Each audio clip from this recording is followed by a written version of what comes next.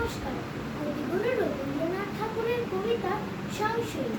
কোথায় যেতে ইচ্ছে করে সুধাস কি মা তাই, যেখান থেকে এসেছিলেন সেথায় যেতে চাই। কিন্তু সে যে কোন জায়গা ভাবি অনেকবার, মনে আমার পড়ে না তো একটুখানি তার। ভাবনা আমার দেখে বাবা বলল সেদিন হেসে, সে জায়গাটি মেঘের পারে সন্ধ্যা তারার দেশে। তুমি বলো সে দেশখানি মাটির নিচে আছে, যেখান থেকে ছাড়া পেয়ে ফুল ফোটে সব গাছে।